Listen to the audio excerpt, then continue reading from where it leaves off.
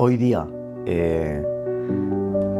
nacemos y nos han dicho desde el principio qué es lo que tenemos que hacer, hemos planteado las fases de la vida, están regladas las fases de la vida, qué es lo que se hace en cada momento de la vida, está arreglado qué es además lo correcto y lo que no es correcto, ¿vale? Lo adecuado, y esto genera, digamos, un magma colectivo que hace que prácticamente los seres humanos vivamos de una manera en automático y al final acabemos siendo clones unos de otros, ¿no? Esta desgraciada adaptación hace que no nos preguntemos nada, hace que demos las cosas por sentadas, que pensemos que hacemos las cosas en nuestra vida de esta manera porque siempre se ha hecho así, porque nos han contado que esa es la forma en la que hay que hacerlo. Y como es verdad que de alguna manera esto nos va permitiendo sobrevivir, pues uno piensa y siente que de esto va la vida, ¿vale? Por lo tanto, yo llevo mucho tiempo, muchos años, con un pensamiento y con una reflexión y también en un estado de observación y de análisis donde me he dado cuenta de que la mayoría de las personas, y estoy hablando de esta parte del mundo también, porque en cada parte del mundo es diferente, ¿no? Que vivimos dormidos. En realidad, la mayor parte de la gente vive una vida, en realidad, es decir, uno está despierto porque tienes los ojos abiertos, ¿verdad? Pero vivimos en una especie de estado de semiletargo. Esto se representa muy bien en el concepto ¿no? de la famosa rueda de hámster, ¿no? Donde caemos ahí, caemos en ella prácticamente desde que nacemos y empezamos a girar y girar y girar, y eso es lo que entendemos y creemos que esa es nuestra vida, que creemos que eso es el mundo, creemos que eso es lo que hay que hacer. Si uno sale de esa rueda, te señalan, y por lo tanto el que se atreve de repente a asomarse en algún momento trata de volver lo más rápidamente posible, y tiene que acabar pasando algo en la vida de cada ser humano. Normalmente, además, cosas muy trágicas, muy límite, muy críticas, como para que de repente se dé ese momento de despertar donde uno deja de mirar, ¿no? La vida realmente desde dentro y eres capaz de salirte y verte desde fuera. Y al verte desde fuera y tener también todo el marco que hay fuera del mundo que nosotros habitualmente vemos, pues uno se da cuenta de que ha estado haciendo una vida en adaptación que es como una vida dormida, ¿no? Y me gusta mucho explicar esto así porque sería casi la mejor forma, la más fácil de entender qué significa esto de despertar, que es una pregunta lógica, ¿no? De, oye, pero ¿qué significa entonces vivir despierto? Y para mí, es decir, creo que vivir despierto implica, primero, tomar conciencia, ¿vale? De quiénes somos. Implica no dar por sentado ni por hecho de que las cosas son o tienen que ser como realmente las hemos percibido, que las tenemos que hacer de una manera concreta porque siempre se han hecho así, y que esto, de alguna manera, cuando uno despierta, aunque no sea capaz en ese momento, porque hay que hacer todo un recorrido, todo un proceso, ¿no? Es decir, que tú veas una puerta, de repente en una habitación en la que para ti todo eran paredes, que tú veas una puerta no quiere decir ni que te atrevas a acercarte a ella, ni que te atrevas a coger el pomo, ni que te atrevas a abrirla, ni que te atrevas a mirar fuera, y mucho menos que te atrevas a salir. Pero ese primer paso se tiene que dar, y ese primer paso se tiene que dar donde uno se da cuenta de que las cosas no son lo que parecen, las cosas no tienen por qué ser como son, y la posición que tiene uno en la vida no tiene por qué ser la que es. Y cuando eso sucede, de repente hemos dado ese primer paso de despertar que nos permite luego seguir avanzando. Esto es así y peor aún. El sistema se ha generado. A ver, yo estoy 100% convencido de que la mayoría de la especie humana, el porcentaje altísimo de los 9.000 millones de personas que vivimos en el planeta, vivimos en un estado de semiesclavitud. El sistema lo ha hecho de una manera muy clara para mantenernos ahí, donde tenemos una falsa sensación de libertad, como que nos dejan creer que nosotros tomamos decisiones sobre nuestra vida. El sistema nos permite más o menos ir consiguiendo, ¿no?, a través del trabajo, una cantidad de dinero lo suficiente como para ir viviendo, pero no nos permite de una manera clara a la gran masa superar ese límite. Por lo tanto, estamos en esa fase todos un poco de supervivencia, de subsistencia. Y cuando tú estás en una fase de subsistencia, también desde el punto de vista económico, es muy difícil despertar. Es dificilísimo. Porque tú tienes que ocupar cada minuto de tu vida, cada instante de pensamiento, ¿vale?, en cómo vas a conseguir pagar las facturas, cómo vas a conseguir comprar comida, cómo vas a... Pero realmente esto no debería ser así. O sea, esto no ha sucedido así de una manera natural. O sea, esto está manejado para que sea así. ¿Qué hace el sistema económico que se ha creado? Nos tiene lo suficientemente agarrados, ¿vale?, como para que no pensemos por nosotros mismos, como para que no queramos salir, no nos atrevamos a salir de esa rueda. Cuando de repente ven que la presión es muy grande y entonces empieza a haber un quiebre, y es ese momento en el que un ser humano piensa: no tengo nada que perder, ya no soporto más este nivel, esta presión, me voy a escapar de este sitio en el que estoy y que sea lo que Dios quiera, y me voy a arriesgar a salir. Entonces el sistema lo que hace es que libera un poco, y esto se ve muy bien en las crisis económicas. Y hemos tenido dos crisis económicas en el mundo, pero circunscribiéndonos aquí a España, ¿no? Las dos últimas, las del 2008, donde lo que se hizo fue cerrar en aquella crisis. Se vio cómo, evidentemente, la gente se empezó a sublevar, porque no aceptaba y no soportaba ese nivel de presión. El propio sistema aprendió la lección, y en esta última crisis económica que hemos tenido, relacionada con la pandemia, lo que se hizo fue justo lo contrario, que es poner dinero a circular, abrir el grifo, ¿vale?, como para que la gente no decida, ¿vale?, saltar. Quizá digamos, lo primero a lo que habría que despertar, y ese primer momento de despertar, tendría que ver con entender esto, ¿no?, con entender que no somos libres. Que no somos libres. Vivimos en un estado de semiesclavitud sin ser conscientes de ello. En el momento en el que de repente tú te das cuenta de que estás viviendo en un estado de semiesclavitud, a lo mejor en ese momento no decides hacer nada, pero tu vida ya no volverá a ser la misma. Ojalá no fuese así, pero lo es para la mayoría de las personas, que hay que tener una crisis muy fuerte, muy grave, para que de repente uno pueda, ¿vale? O sea, de repente despierte. En psicología se expresa esto de una manera que es muy gráfica, y es que cuando tú vives una circunstancia límite, por la razón que sea, pueden pasar dos cosas. O de repente la persona se autodestruye, o sea, se quiebra su salud mental, pierde toda esperanza, pierde toda capacidad de acción, y se rinde.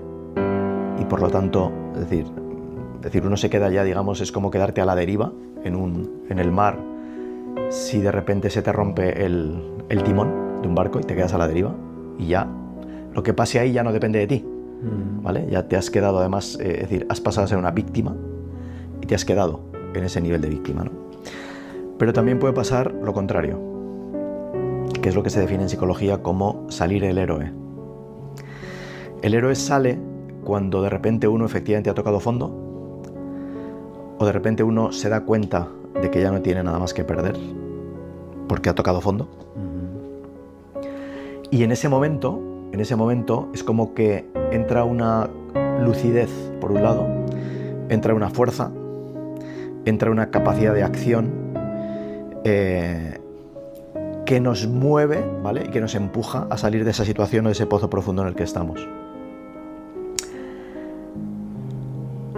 Esto es así para la mayoría de las personas. Es decir, que es muy difícil despertar de verdad, que ese despertar de la consciencia se dé si uno no vive un hecho traumático o límite, ¿no? Pero claro, esto es tremendo, porque dices, ¿eso qué significa? Que hay que esperar a que te pase en la vida algo completamente devastador para que tú despiertes, y la realidad es que no tiene por qué ser así. La vida tiene elementos correctores del tipo de que si somos capaces de verdad de aprender determinadas lecciones por vía interpuesta, es decir, que le han sucedido a otros seres humanos, y somos de verdad capaces de comprender el sentido que eso tiene y el peso que eso tiene, muchas veces la vida también nos da la oportunidad de ahorrarnos a nosotros mismos tener que pasar por esas situaciones para de repente aprenderlo, para de repente despertar, ¿no? Si yo no estuviera convencido de esto, si no tuviera tan claro, no hablaría de lo que hablo, no daría conferencias para hablar sobre el sentido de la vida, porque aceptaría que no hay nada que hacer, ¿no? Y que cada uno tiene que hacer su recorrido y llegar a ese límite y a ese fondo sin ninguna otra posibilidad. ¿Por qué es posible esto? Porque yo creo en la conciencia colectiva. Hoy día, bueno, la neurociencia también, ¿no? Está pudiendo demostrar cómo de repente, ¿no? las mentes se conectan, ¿vale? Y yo creo en esta mente colectiva que nos puede realmente ayudar a todos a que sin pasar por determinadas experiencias, sin embargo, seamos capaces, ¿vale?, de aprender lo que esas experiencias tienen que enseñarnos sin que las hayamos vivido nosotros mismos, ¿no? Y yo no deseo, ¿sabes? Mi gran, digamos, experiencia límite al borde de la muerte fue en los Andes, y fue una experiencia tremenda, terrible, terrorífica, como experiencia vivida, de saber que te quedan horas de vida y que vas a morir ahí. Y evidentemente todo lo que pasó en mí, ¿vale?, todas las reflexiones, todo lo que me cambió la vida, aquel hecho, cuando yo lo cuento en la fe y en la confianza de que poder transmitir esa experiencia le ahorre a otras muchas personas, claro, vivir una situación límite, ¿no? Pero solamente hay dos opciones, es decir, o al vivirlo tú, esa situación crítica, de repente despiertas, el riesgo está, como te digo antes, en que de repente te destruya, y te destruya del todo y te destruya definitivamente, o tener la apertura mental y la capacidad, ¿vale?, de ser capaz de aprender de las experiencias de otros.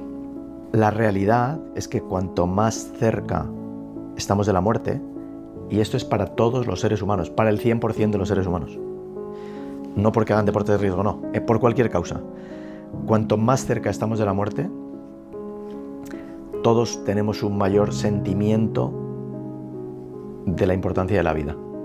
Todos somos capaces de... Y fíjate que en el hecho de muerte, ¿no?, de personas que sabiendo que van a morir, ahí se dan cuenta, ¿vale?, del valor que la vida tenía. En ese momento que tú te estás yendo y despidiendo, es que te das cuenta del valor que la vida tenía, ¿no? La vida y la muerte están, es decir, parecen, quiero decir, nacemos, ¿no?, ¿vale? Nacemos aquí y morimos aquí. Entonces, pues dependiendo del tiempo que sea, ¿no?, pues uno piensa, bueno, pues hay un trayecto. Pero la realidad es que desde el punto de vista de la consciencia, esto no es una línea recta, esto se dobla. Y si tú lo doblas, la vida y la muerte están completamente pegadas, absolutamente pegadas, ¿no? Son como las dos caras de la misma moneda.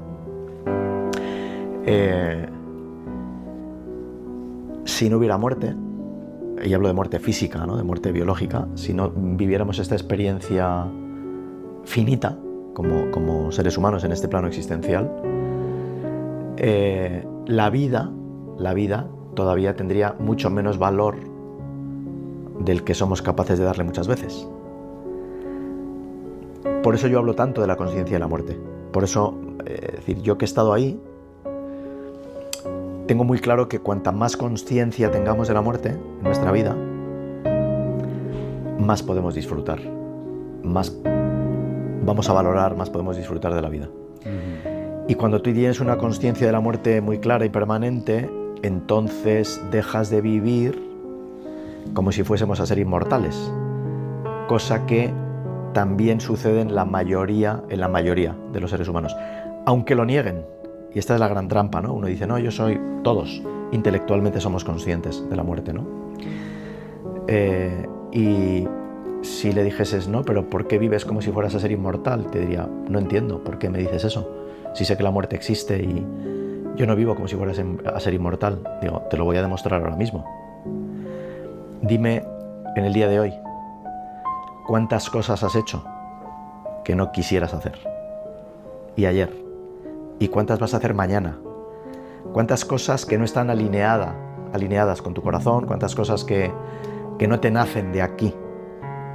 Y ya no estoy hablando, que también podríamos hablar de ello, porque hay una parte de elección, de estar en esa rueda de hámster, claro. Dices, vale, incluso tengo un trabajo que no me gusta, pero claro, me da de comer. Ok, lo acepto. Acepto que en este momento no sepas cómo salir de ahí y que lo tienes que hacer y que las circunstancias sean XXX y que lo tienes que hacer. Pero tú le dedicas a tu trabajo 8 horas. Lo quito de ahí. Lo elimino de la ecuación.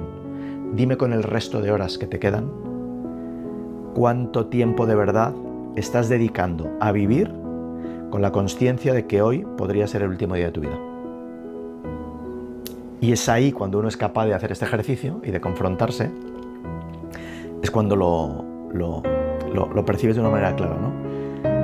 Tú sabes que yo atravesé el Atlántico, que estamos terminando además de montar ese documental, que va a ser una serie de 4 capítulos y va a ser un documental de cine, con otras 11 personas, 32 días en el océano, ¿no? Sin móviles, sin tablets, sin tecnología, sin nada, sin poder leer ni escribir porque el propio mareo, es decir, con lo cual lo único que podías hacer es, además de sobrevivir en la travesía y hacer las cosas necesarias para que el barco funcionara, y además de hablar entre nosotros, que lo hicimos, pero hubo muchísimo tiempo, más del que he tenido nunca desde que recuerdo, para pensar, para reflexionar, porque no tienes ni siquiera hay distracción. O sea, lo que tienes alrededor es agua, y siempre es el mismo agua, o sea, es agua, y es el cielo, y es el barco, ¿no? Y una de las cosas que me pasó en esa travesía, en esa conciencia además de estar solos en medio de la nada, en medio de un océano gigante, y pensando evidentemente en la vida que había hecho hasta este momento, lo que había sido mi vida, tomé una decisión tajante, además cuando llegué a América, ¿no? Y entonces me dije, Miguel Ángel, no vas a volver a trabajar nunca más en tu vida. Tomé la decisión de no volver a trabajar nunca más. Claro, esto malentendido sería que no hago nada porque voy a vivir de las rentas, ¿no? Que no podría, aunque quisiera. Estaría encantado de poder vivir de las rentas, pero no es mi realidad. Tampoco la busco, ya tampoco es lo que busco, pero el concepto de no volver a trabajar fue literalmente lo llevé a todos los órdenes de la vida y dije, Miguel Ángel, la vida es tan corta, realmente tan corta, que quitando aquello que no te queda más remedio, ¿no?, que hacer por obligación de subsistencia, para entendernos, lo que decíamos antes, ¿no? No hago nada que no sienta que quiero hacer. No quedo con ninguna persona que no quiera quedar, no voy a ningún sitio al que no quiera ir, no estoy en ningún sitio en el que no quiera estar 10 segundos más desde el momento en que me doy cuenta que ya no quiero estar ahí. Porque la realidad, ¿vale?, es que cuando tú estás haciendo eso, lo que estás literalmente es gastando, mejor dicho, malgastando tu vida, regalándole tu vida a personas, lugares o acciones que no están alineadas con lo que es tu corazón. Y si viviéramos con ese nivel de conciencia, dices, ¿cómo quiero vivir el último día de mi vida? Entonces intentemos, ¿sabes? Y eso ayuda a despertar, ¿eh? Eso es una cosa muy automática. Si fuéramos conscientes, ¿no?, de la muerte, si fuéramos conscientes de nuestra mortalidad, es un detonante muy fuerte que nos permite despertar realmente a una nueva realidad y a construir una nueva realidad en nuestra vida distinta de esta realidad automática en la que vivimos. Bendigo y felicito, ¿sabes?, al que diga, al que haya pasado los 40 y diga, pues yo solo he tenido una noche oscura del alma. Digo, pues maravilloso, ¿no? Maravilloso, porque, mira, pensemos en la consciencia como si fuera una escalera, ¿vale?, con diferentes niveles. Yo que hablo, de hecho, ¿no?, de que ahora mismo estamos viviendo en este planeta personas con 6 niveles de conciencia diferentes, que el 80% de la población aproximadamente está en el nivel 1, que en este nivel 1 de conciencia lo que sucede es que precisamente la gente está adaptada al sistema. No se cuestiona nada, no se pregunta nada, acepta que las cosas son como son, ¿vale?, porque siempre han sido así, porque le han dicho que son así, porque las vive así. En el nivel 2 de conciencia se sigue viviendo como en el nivel 1, pero de repente uno ya está incómodo. O sea, sigues haciendo lo mismo, sigues viviendo igual, pero hay algo en ti que ya no cuadra, ¿vale? Que sería como... Esto sería un paso, ¿no?, de ese despertar de conciencia. Ahí no has cambiado nada todavía. Esto da para, evidentemente, una charla entero solo de esto, ¿no? En el tercer nivel de conciencia, lo que sucede es que uno ya toma decisiones. Ya empieza a cambiar cosas, ¿vale? Ya empieza a cambiar cosas en su vida. Vale. Pues, como todos los escalones, tienen una parte plana, ¿verdad? Luego sube hasta la siguiente parte plana del escalón. Es imposible pasar de un escalón a otro sin antes pasar por una noche oscura. Porque cuando tú te encuentras con una pared plana así, de muchísima altura, a pesar de que sabes que quieres llegar aquí, dices, ¿cómo me enfrento a esto, no? ¿Cómo me enfrento a este camino, a esta subida, no? Normalmente los saltos, lo que he podido ver, ya no en mí, sino en miles de personas por todo el mundo, es que normalmente los saltos de un nivel de conciencia a otros, todos pasan por una noche oscura. Todos van a pasar por una noche oscura del alma. Porque la realidad, y esto es muy importante entenderlo, es que para pasar a otro nivel de conciencia tienes que matar al que fuiste antes. O sea, hay una muerte, en realidad. En la vida vamos a morir muchas veces, o tenemos la oportunidad de morir muchas veces. Nos da la oportunidad eso de renacer, evidentemente, muchas veces, ¿no? De tal manera que esa noche oscura que digo que vamos a vivir a lo largo de nuestra vida X o N número de veces, en realidad nos están dando la oportunidad y nos dan la oportunidad, ¿vale?, de o quedarnos ahí estancados, o quedarnos ahí, o de repente subir al siguiente nivel de conciencia. Las noches oscuras del alma son como las crisis en medicina. Cuando se dice que un paciente, que un enfermo está viviendo una crisis, o alguien que está en la UCI, ¿no?, y decimos, pues está ahora pasando una crisis, claro, lo asociamos a algo negativo, porque porque evidentemente si estás en esa crisis quiere decir que puedes morir, ¿vale? Pero esa crisis es imprescindible y es necesaria para que haya una fase de curación, para que se genere un cambio, porque el significado etimológico de la palabra crisis es cambio. Por lo tanto, no es que uno las busque, o sea, no vas a ir buscando, decir, noches oscuras del alma porque es tremendo, pero cuando la vida te coloque ahí, tenemos que intentar darnos cuenta de que son momentos, en los momentos de máxima oscuridad, son los momentos en los que más luz podemos generar. Y tenemos que tratar de transitar esas noches oscuras del alma con la esperanza, ¿vale? Y con la fe de que vamos a ser capaces de utilizar esas noches oscuras para dar un salto en nuestra vida, que nos lleve a otro lugar, no más fácil, sino nos lleve a otro lugar con un mayor nivel de consciencia. Y yo entiendo, y es normal y es humano, que cuando alguien está sufriendo mucho, uno piense y diga, vale, si yo elevo mi nivel de consciencia, ¿sufriré menos? La respuesta es que sí, pero no porque te dejen de pasar cosas malas, porque te vas a tener que dejar de enfrentar a cosas malas, no. Te vas a seguir enfrentando a cosas muy malas en tu vida.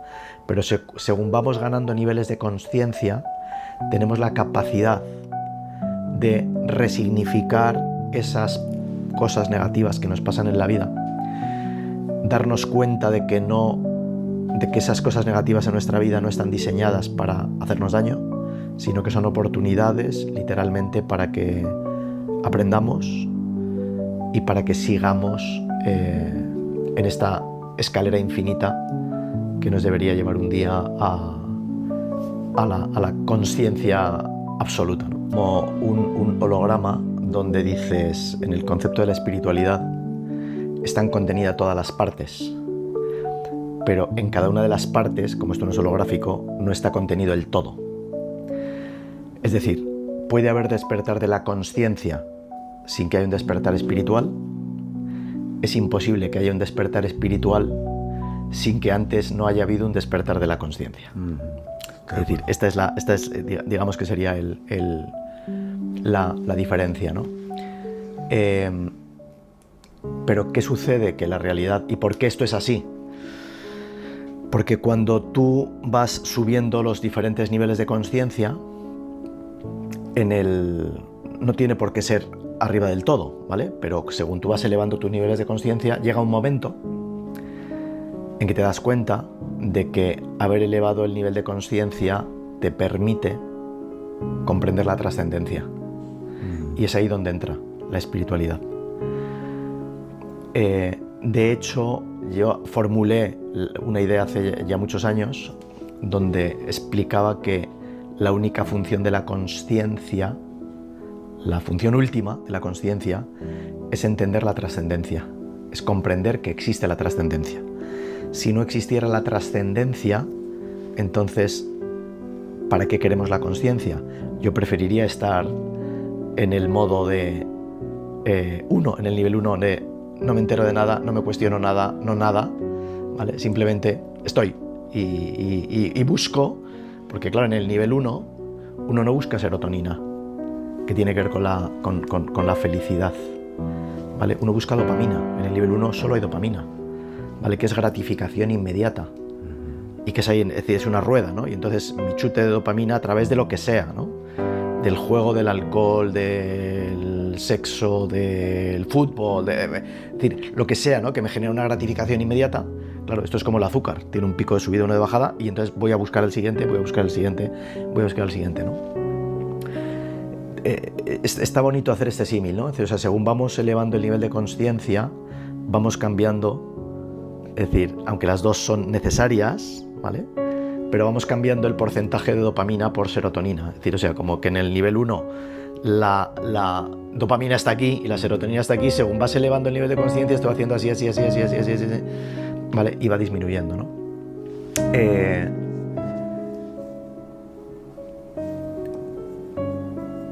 Pero realmente, ¿no? Y esto es importante, y antes no creo que no lo expresé del todo bien y es importante lo que voy a decir, ¿no? Cuando tú haces un salto, ¿vale?, de consciencia, en realidad, que nadie crea que las cosas van a ser más fáciles, en realidad van a ir siendo cada vez más difíciles, pero tiene todo el sentido del mundo, porque igual que tú a un niño de 6 años no le pondrías una ecuación de segundo grado, porque está aprendiendo a sumar y restar, ¿vale?, no quiere decir que cuando tiene la capacidad de llegar ahí le has planteado un problema más difícil, una fórmula más difícil, pero sin embargo, el cómo tú vives eso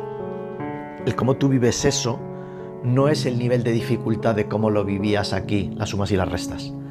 Por lo tanto, el elemento corrector es que las pruebas cada vez van a ser más difíciles, pero el propio nivel de consciencia, según se va elevando, nos va dando también las herramientas para que entendamos y comprendamos que eso que nos está pasando en la vida, que eso que estamos viviendo, es bueno, que es bueno para nosotros, que no es negativo, ¿no? Hasta los estudios científicos ya hace tiempo que han demostrado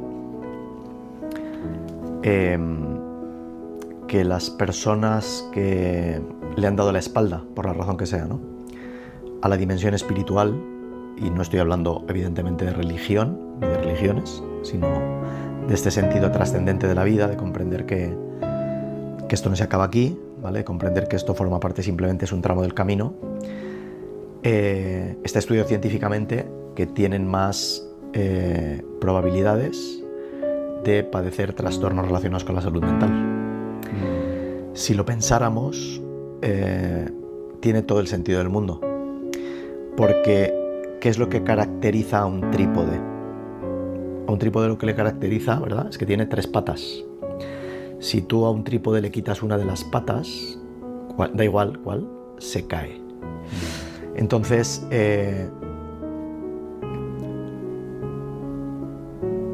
somos seres espirituales, ¿vale?, viviendo una experiencia humana.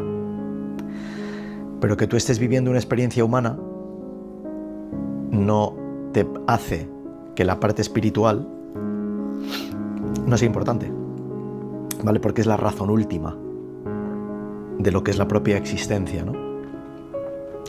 Así que yo, obviamente, claro, hablamos todos los días, hablas con personas que creen, ¿no?, que tienen algún tipo de sentido espiritual en sus vidas, y hay personas que no, pero lo que yo he ido observando a lo largo de los años es que realmente cuando tú escarbas y escarbas y escarbas y escarbas, incluso hasta quien dice que no cree, en nada, en el fondo su forma de vivir, sus acciones, tienen muchísimas veces un trasfondo espiritual, aunque no sea consciente. Por lo tanto, es como descubrir, para quien no lo ha hecho, ¿no?, la dimensión espiritual en su vida. Es como si vas caminando por un sendero en medio de un bosque por la noche, donde apenas realmente puedes ver, ¿no?, y tienes toda la maleza ahí que te cubre, no eres capaz de ver el camino. Y la dimensión espiritual es como, ¿sabes?, es como una pequeñita luz allí que te permite, ¿vale?, caminar, y que te permite caminar por ese sendero, por esa selva, sabiendo hacia dónde caminas y permitiéndote además que las cosas que te van pasando y que te van sucediendo en la vida seas capaz de darle un significado que sin haber dimensión espiritual no se podría dar. De cómo realmente no tienen por qué cambiar las cosas para que nosotros seamos capaces de verlas de otra manera. Y estoy pensando en cómo ve el mundo un gusano. ¿Cómo ve el mundo?, ¿no? El gusano está en tierra, ¿no?, y se va arrastrando, y por lo que se mueve un gusanito, pues se sube a un árbol y a lo mejor está en ese árbol semanas y se mueve por ese árbol y pues mira alrededor y ve nada, ve un espacio muy pequeñito, muy pequeñito, muy pequeñito, ¿no? De repente ese gusano se envuelve en un capullo, crea una crisálida. Esa crisálida pasa a la noche oscura, esa noche oscura del alma, de dolor, de sufrimiento, donde tiene que romperse, que deshacerse. Y de repente se rompe ese capullo y sale una mariposa que se va al aire y que empieza a volar, ¿vale?, por distancias gigantescas. ¿Acaso no era el mismo mundo? El de el gusano y el de la mariposa. Era el mismo mundo. Pero la mariposa es capaz ya de ver cosas que el gusano no veía. Esto es, me parece una metáfora, ¿no?, y un ejemplo muy ilustrativo de qué es lo que sucede cuando despertamos, literalmente. ¿Qué es lo que sucede cuando ganamos conciencia?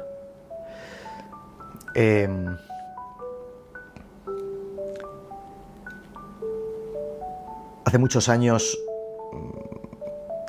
por una circunstancia que viví, me encontré con un señor y era en Navidad y era una fecha muy concreta, muy especial, donde pues es verdad que estamos normalmente más sensibles o más... Para mí la Navidad es un momento maravilloso porque me lleva a infancia, familia, todos juntos, mis abuelos, cuando vivía, o sea, la Navidad me lleva a un momento muy mágico, ¿no? Y es como que tengo la sensibilidad más a flor de piel que el resto del tiempo, ¿no? Y vi una noche, una tarde, en el metro en Bilbao, un señor que se le veía que venía a trabajar con ojos hundidos, cansado, agotado. En la ropa que llevaba yo veía que era una persona humilde, me refiero económicamente, ¿no? Y a la vez en el metro veía mis propios sobrinos, veníamos del pin de Navidad y divertidos, riéndose, veía gente en el metro, los chavales, la gente riéndose, disfrutando de la fecha en la que es. Y aquel señor que miraba hacia el suelo me sacó de donde estaba, ¿no? Y entonces comprendí, y fíjate, esto tiene que ver con la consciencia, ¿no? Comprendí por qué teníamos dos ojos y para qué teníamos dos ojos y no solo uno. Y tenemos dos ojos precisamente para ser capaces de ver las dos realidades. En general, 2 o 1000 o 100.000 realidades. Es decir, la capacidad no solo, ¿vale?, de ver esto, sino la capacidad de ver esto, ¿no? Y entonces dije, tenemos un ojo para disfrutar de la vida, ver las cosas maravillosas, las cosas bonitas, y el otro para ver la dureza de la vida, para ver las situaciones de vulnerabilidad, para ver... Cuando tú vas elevando tu nivel de consciencia, te das cuenta de que eres capaz de, en la misma realidad en la que vivimos, ver un mayor número de realidades. Y esto, fíjate que se hablaba, ¿no? Se habla de los mundos paralelos y de... Es que no hace falta ni siquiera salir de aquí. Si eres capaz realmente de mirar con esos dos ojos, te vas a dar cuenta de que en una misma situación que tú estás viendo, hay muchas situaciones diferentes, hay muchas realidades diferentes, ¿no? Y esto tiene que ver también con la conciencia. Mira, varias cosas. Una, nadie, ninguno de nosotros es capaz de actuar ni de pensar fuera del marco de su nivel de conciencia. Es decir, todos actuamos lo mejor que sabemos, incluso cuando actuamos mal, en función de nuestro nivel de conciencia. De tal manera que cuando vemos una acción mala, una acción negativa, deberíamos pensar que si esa persona fuese capaz de hacerlo mejor, lo haría. Hay unas normas que tenemos que cumplir, sobre todo por las que salvaguardan la vida, no hay debate, ¿no? Pero a la hora de juzgar, ¿vale? Sí ser muy conscientes de que esa persona no lo puede hacer mejor de lo que lo hace, aunque lo esté haciendo mal. Y que si estuviese en un nivel de consciencia más elevado, si esa persona hubiera despertado, probablemente eso que está haciendo no lo podría hacer.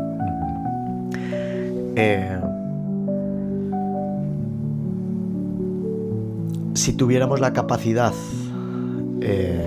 y esto es literalmente lo que significa empatía, que es ponernos, ¿vale?, en la piel del otro, entonces juzgaríamos con mucha más benevolencia también todas las acciones. Porque todas las acciones negativas que un ser humano ejecuta provienen de una herida, o provienen de un problema de salud mental. Es muy difícil que una persona que hace daño, un daño consciente, no lo haga sin que haya una base, ¿sabes?, patológica, psicológica, emocional. Es muy, muy difícil. ¿Por qué? Porque la realidad, y tú hablas de la compasión, es que, y esto es algo que podemos comprobar muy fácil mañana, o sea, en la próxima ocasión, o sea, todos los días nos va a dar el día varias veces la posibilidad de comprobar esto que voy a decir. Ante cualquier cosa que te pase, cualquier cosa negativa, actúa mal, responde mal a esa negatividad, ¿vale? Responde desde la ira, la rabia, el miedo, o responde desde el amor. La cosa que ha sucedido es la misma.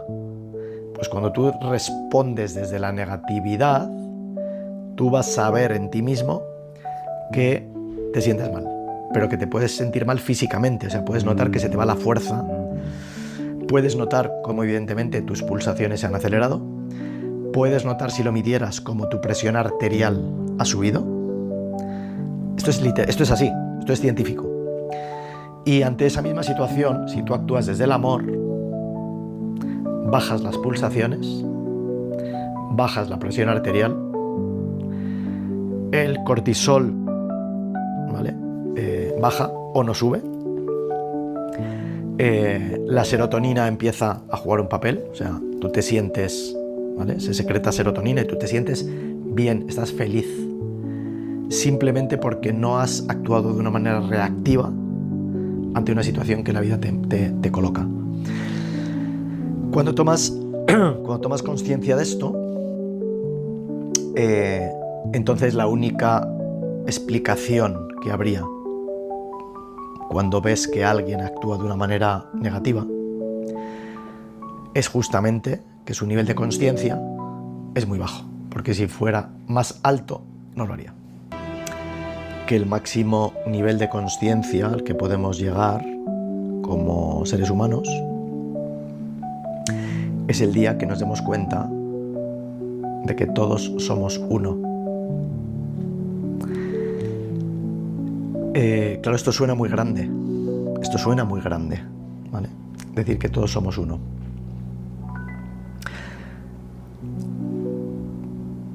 La realidad es que yo estoy 100% convencido de que en el fondo todos lo sabemos. Todos sabemos que esto es verdad. Somos capaces de tirarnos en el mar, arriesgando nuestra vida, de un acantilado para salvar la vida de alguien que se está ahogando, a quien no conoces de absolutamente nada, ¿no? Yo creo que detrás de todas las buenas acciones, y hay millones y millones y millones de buenas acciones todo el día en el planeta, de unos con otros, detrás, ¿no?, de todas esas acciones está el que, aunque sea de una manera inconsciente, en el fondo sabemos que cuando tú te tiras a salvar a ese alguien, te estás salvando a ti, porque todos somos uno.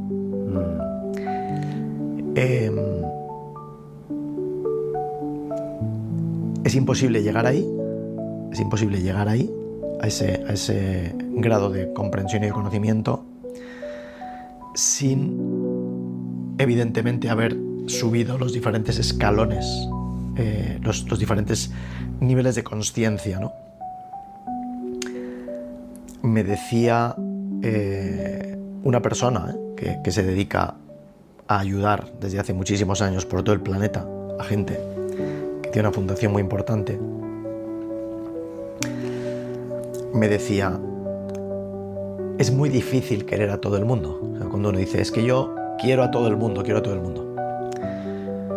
dice, en realidad queremos, o para querer a alguien, o acabamos queriendo a la gente con la que interactuamos, que conocemos, que podemos tocar de alguna manera, ¿no? Y entonces yo le dije, aceptando eso, aceptando que esto fuese así, que solo podemos querer a la gente con la que interactuamos, que es imposible querer a la humanidad entera, ¿qué es lo que nos hace, sin embargo, si podemos hacerlo, ayudar a esas personas a las que no conocemos? Y entonces él se me quedó pensando, se me quedó mirando y me dijo, ese es un gran misterio. Y yo le dije, no será realmente porque en el fondo, sabemos que todos somos uno. Seguramente. Pasa que tenemos tanto lío que no nos deja verlo, ¿no? En esta vida, ¿vale? De no estar despiertos es donde está el lío. El lío absurdo, de la segregación, de la separación, Yo que he tenido la suerte de vivir en muchas partes del mundo con gente muy diferente y de relacionarme con gente muy diferente, y lo digo una y otra vez, es que me he encontrado con madres que han sido mis madres, con hermanos que han sido mis hermanos, que no me debían nada, que no me conocían de nada, pero de repente hay algo, ¿sabes?, que te mueve a decir, este ser humano necesita algo que yo le puedo dar y se lo doy.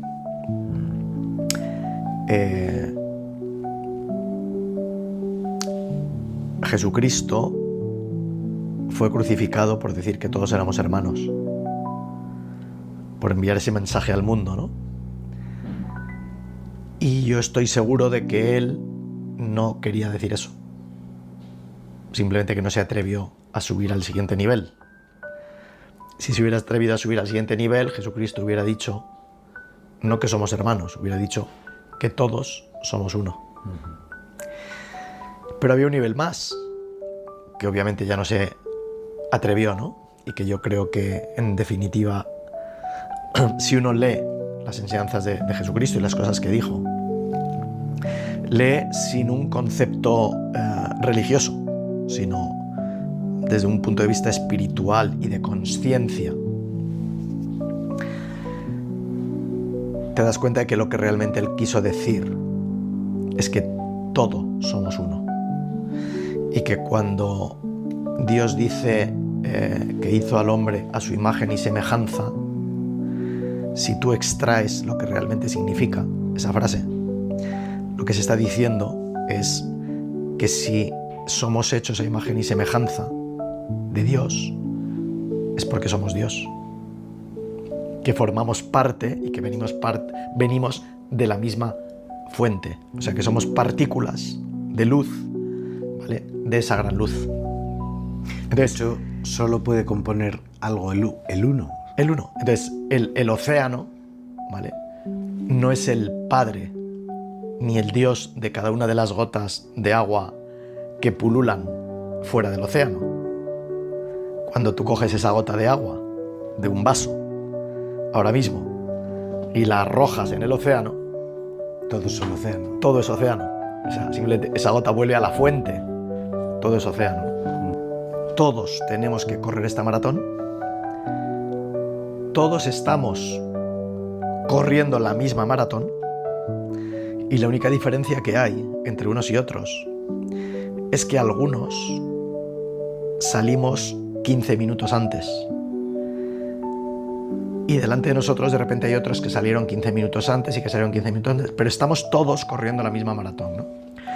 ¿Qué pasa? Que cuando tú has salido a correr 15 minutos antes, tienes la posibilidad de llamar al que va a empezar ahora, o al que está en el kilómetro 1, y decirle, oye, cuidado, porque en el kilómetro 3 hay una mancha de aceite en el suelo, ten cuidado porque te puedes caer. No es que yo sea más sabio, es que yo pasé por ahí. Entonces ya sé que la mancha de aceite está, ¿no? Con lo cual, creo que es maravilloso que, porque esto es una cadena, formamos todos, somos eslabones de la misma cadena, donde nos va a tocar en la vida ser alumnos de algunos maestros y maestros de algunos alumnos, ¿no? Pero si imaginamos esto como un barco, entenderíamos muy bien que todos vamos en el mismo barco y que todos tenemos que llegar juntos al destino, como humanidad. Por lo tanto, es maravilloso que las personas que por sus circunstancias de vida, por su trabajo, por su conocimiento, por sus estudios, han salido a correr un poco antes esa maratón, ¿vale? Poder compartir y reflexionar juntos con los que están iniciando la carrera ahora. Y al final es un ejercicio de enriquecimiento